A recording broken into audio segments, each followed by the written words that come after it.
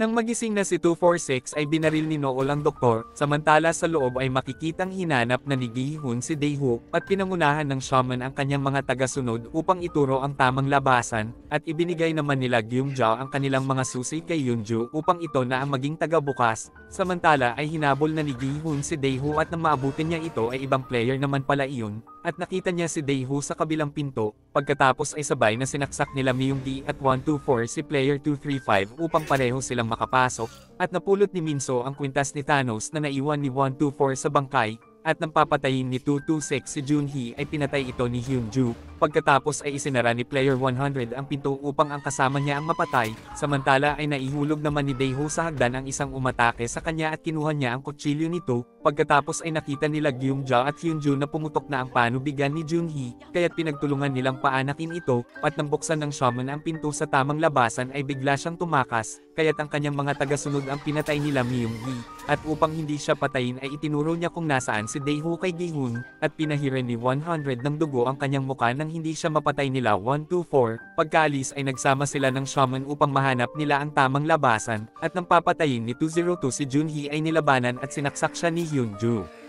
Pagkatapos ay nabuksan na ni Hyunjo ang tamang labasan ng kanilang mga susi, at nang sabihin niya ito kila Junhee ay sinaksak naman siya ni Myung-gi, kaya't iniligaw ni Myung-gi si 124 upang hindi mapatay ang kanyang mag-ina, at sobrang nalungkot sila Junhee sa pagkamatay ni Hyunju. Samantala ay nakita ng shaman ang tamang labasan ngunit itinulak siya ni 100 at inilak nito ang pinto, at nang mahuli na ni Gi-hun ay inamin ni Dae-ho na dadalhin na sana niya ang mga magazine ngunit bigla siyang natakot dahil hindi naman siya talaga isang marine. Ikaw ang may kasalanan, ikaw ang pumatay sa kanila, sorry wag mo akong patayin, at tinangka niyang saksakin si Gi-hun, kaya't naglaban silang dalawa, pagkatapos ay sinakal siya ni Gi-hun hanggang sa mamatay, samantala ay sinaksak ni Minso ang shaman dahil ang tingin niya dito ay si 124 na laging nang iinsulto sa kanya, pagkatapos ay sinabi ni Gyung-ja kay Yung-sik na ako na lang ang patayin mo anak, at nang papatayin na ni Yung-sik si Junhee dahil matatapos na ang oras ay bigla siyang sinaksak ng hairpin ng kanyang ina sa likod, at umiiyak si Gyung-ja habang humihingi siya ng tawad kay Yung-sik, pagkatapos ay binaril na ng mga sundalo si Yung-sik, samantala pagkasabi na kasalanan ko ay binaril na ng sundalo ang kutsilyong itinutok ni Gi-hun sa kanyang leeg.